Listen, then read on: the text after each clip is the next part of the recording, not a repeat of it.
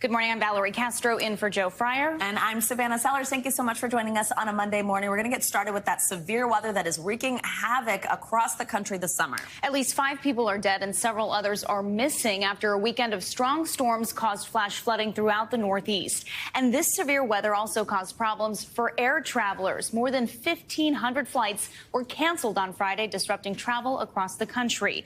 And while the southwestern U.S. has been battling extreme heat for weeks, now southern Europe is also seeing dangerously high temperatures, forcing officials to close popular tourist spots. We have full coverage of all of this extreme weather this morning, and we're going to start with NBC News correspondent Kathy Park. She's just outside of Philadelphia in Bucks County, which was hit hard by flooding. Kathy, good morning.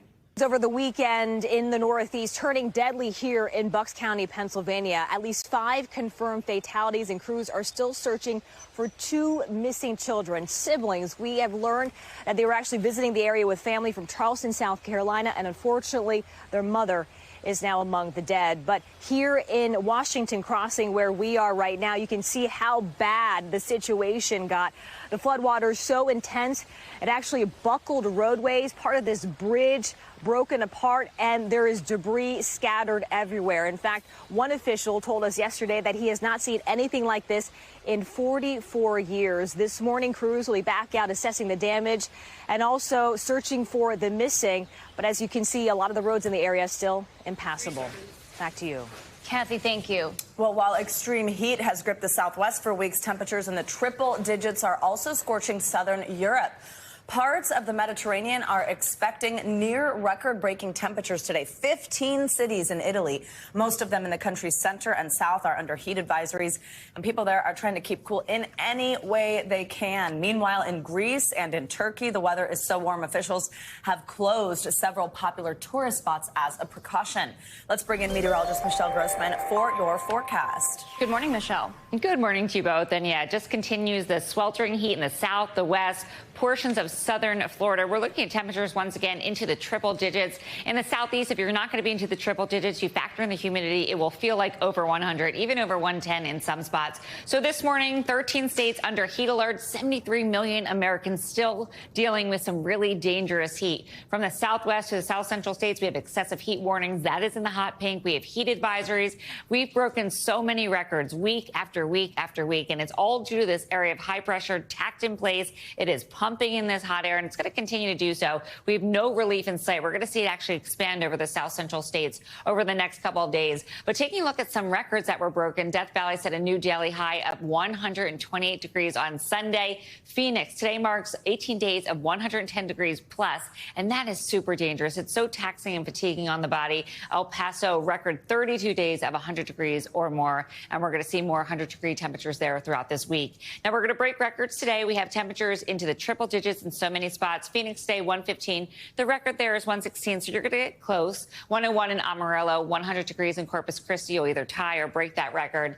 And then we're looking at portions of the Tennessee Valley into, or the Carolinas too, into the 80s. The southeast, you're going to be into the 90s, but feeling like over 100 degrees. Tomorrow, same story. More records will fall, and we're looking at 109 in Wichita Falls. The record there is 110. Phoenix, 118. 104 in San Antonio. Birmingham, near 100 degrees, 98 degrees. The record of 99. Jacksonville, you're going to be close to at 97. Then as we go throughout the rest of the week, no relief in sight. So it's going to be that same story. A big weather headline this week. Once again, we're looking at Lubbock, Texas, 106 on Wednesday, near 100 degrees Thursday, and also Friday. New Orleans, you're going to be near 100 degrees also Thursday and Friday. Now, that's in the south central states, the west, but we're also talking about southern Florida. This has been a big story because the water's off Florida near the Key West, or near the Keys, 97 degrees. That is the water temp. That is spa-like. It feels like a jacuzzi, and that's certainly impacting the weather. And that's why we're seeing these temperatures as high, and also the heat index feeling greater than that. So Tampa today, it's going to feel like 103, feeling like 107 in Naples. It's going to feel like 105 in Miami, and feeling like 105 also in Key West. And no relief in sight there either. We're looking at Tampa into the mid-90s. You factor in the humidity, it'll be more than that. Key West, Miami, also temperatures into the 90s. That is the heat portion. Let's talk about some better news. So we have that northeast radar. We had all that rain that came through yesterday. Heavy downpours Saturday night, also Sunday, causing that deadly flash flooding in portions of Bucks County. And today we're starting to clear cleared out. We're drying it out. This is much needed relief. We have a few lingering showers left over in eastern Maine, but looking much better than yesterday. We still do have a flash flood warning where you see the red there in portions of New England, but doing a lot better. And we will continue to do that, although we're going to bring back the rain as early as tomorrow. We do have some storm chances, though. 8 million at risk in portions of the Ohio Valley, the Tennessee Valley, back through the plains, where you see that yellow shading. That is the likeliest spot of seeing some strong storms, including Louisville, Nashville, also O'Neill. 8 million people at risk with hail. That's going to be one of the biggest threats. Also strong winds gusting up to 60 miles per hour. Remember, any of these storms could produce some really heavy downpours, so we could see some flash flooding as well. And also with those strong winds, some power lines, some trees could come down. Low threat for tornadoes, not zero, though, so we're going to continue to watch that. And then, guys, tomorrow we're going to see that move off into portions of Missouri and also Illinois. A little bit of Kentucky, too, could see some strong storms. So we're just stuck in this pattern that will not budge. We really are. To hear about that heat wave in Europe also. Oh, I know. I mean, oh, my goodness. All right, well, we will keep talking about it. It's important stuff. Thanks, Michelle. Sure. Thank you. The search for a mass shooting suspect in Georgia is finally over. The suspect, Andre Langmore, was shot and killed by police during an intense standoff on Saturday. Authorities say the 40-year-old is responsible for killing 4 people in a city south of Atlanta. 2 officers, a sheriff's deputy and a police officer, were hurt during the shootout. Police have identified the victims but did not reveal any motive. Turning now to the war in Ukraine, and Russian authorities say a mother and father were killed and their daughter was injured in an explosion on the bridge linking Crimea to mainland Russia. Moscow blames Kyiv for what it has described as a terror attack.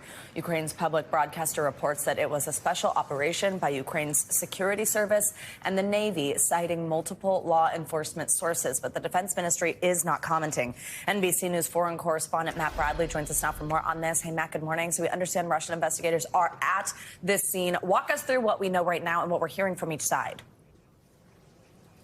Yeah, well, this is still quite recent, so, information is still coming in. So in addition to what you've just said about the incident, we're hearing from the Russian side that the damage was the result of probably drone strikes that slammed into the bridge overnight. And you can see those investigators, they're working now. The bridge appears to be damaged, but it's at least somewhat intact.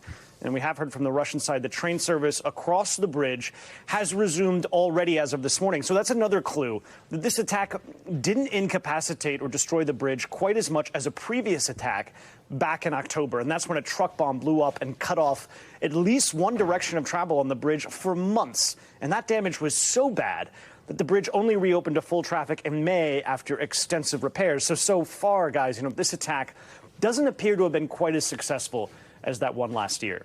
Yeah, and Matt, so let's talk about this report by the state broadcaster. Ukraine's security services planning this attack with the Navy. According to that report, what do we know about those details?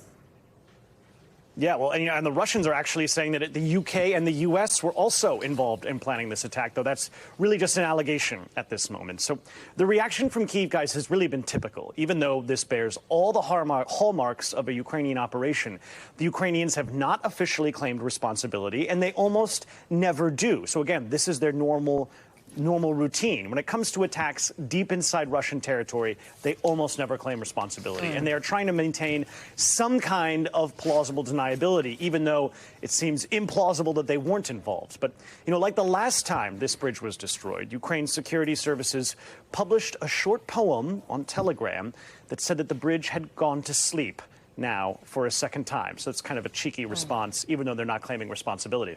Right. Matt, now that this war has been going on for almost a year and a half, there's so many aspects of it that we haven't talked about in a while. One of those being that grain deal, this UN-brokered grain deal that was so important for continuing a food supply across the European continent.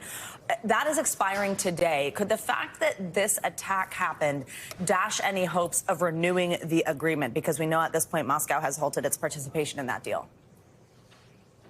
Yeah, it's a really good question. It's hard to know because, Russia has pulled out of this grain deal before.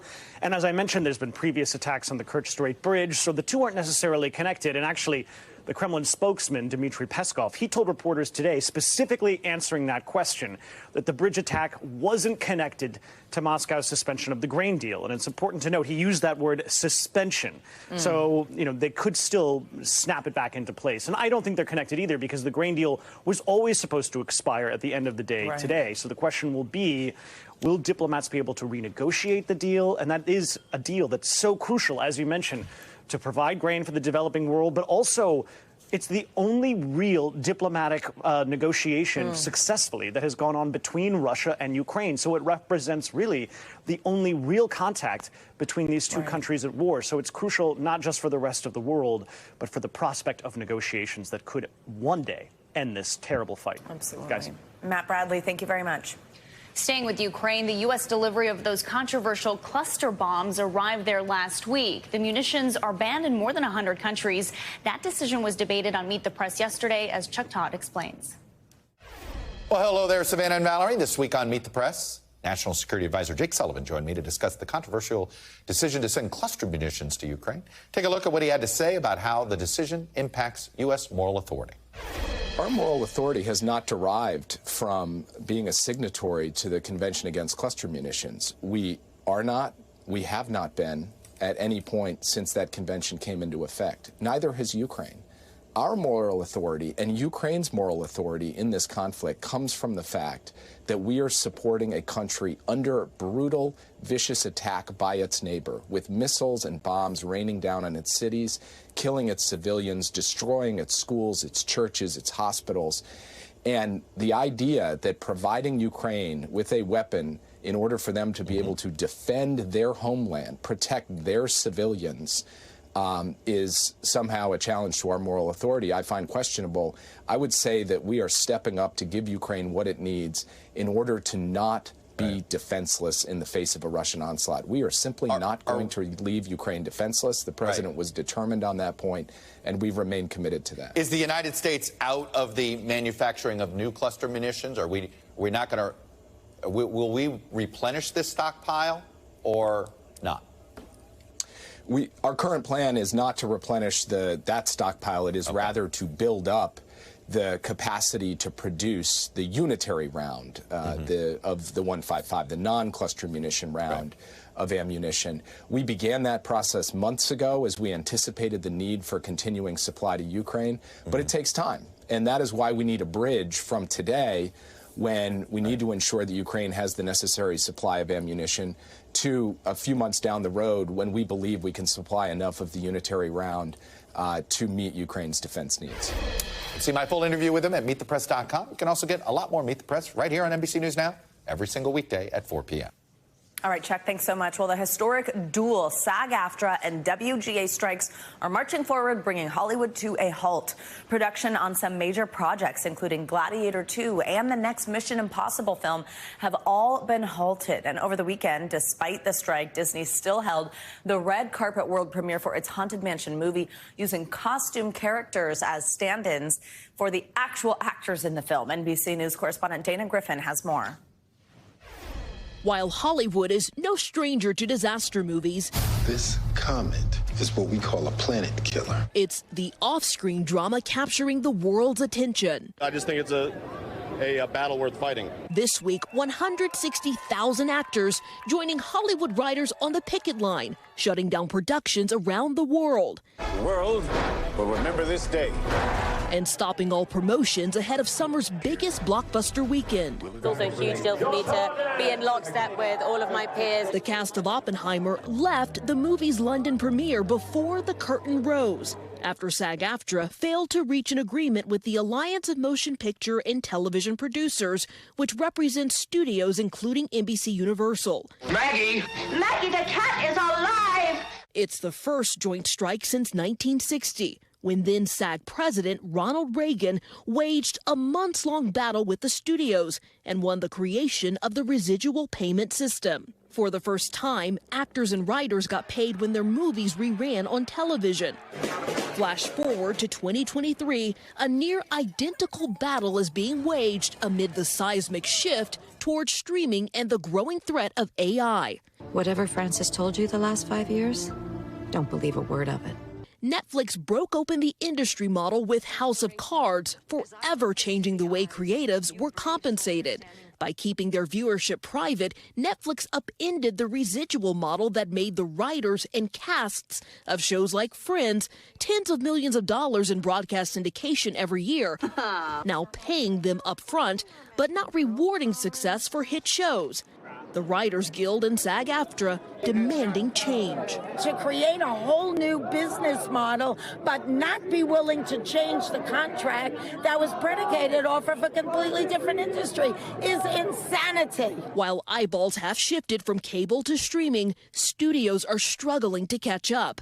Disney Plus reporting a $659 million operating loss last quarter after expensive bets on shows like The Mandalorian failed to attract new subscribers. In an exclusive interview with CNBC, Disney CEO Bob Iger reacting to the back and forth. There's a level of expectation that they have that is just not realistic. The two sides also at an impasse over AI. The studio saying they've offered protections, including consent for digital replicas or alterations. But creatives worry the technology will be used to dock pay. Now, productions from Wicked to American Horror Story halted, with no clear end to this story in sight. Something is going to happen which is going to force people back to the table. Eventually, there will be a deal, but it's going to be a rocky, rough road getting there. Our thanks to Dana Griffin for that reporting. Now, it's not just the actual acting or taking parts in red carpets that those actors in SAG-AFTRA are being asked to refrain from. They're also being asked not to post certain things on social media, including costume pictures in past or future shows that they might be in. In sports news now, there is a new grass court tennis champion in town. Oh, my goodness, and what a great game it was. Spain's Carlos Alcaraz defeated the heavy favorite Novak Djokovic in a 5-set thriller on Wimbledon's center court yesterday. The Spaniard roared back from an early setback to deny Djokovic a record-equaling 8th Wimbledon title. Alcaraz described the win as the happiest moment in his life. Thanks for watching our YouTube channel. Follow today's top stories and breaking news by downloading the NBC News app.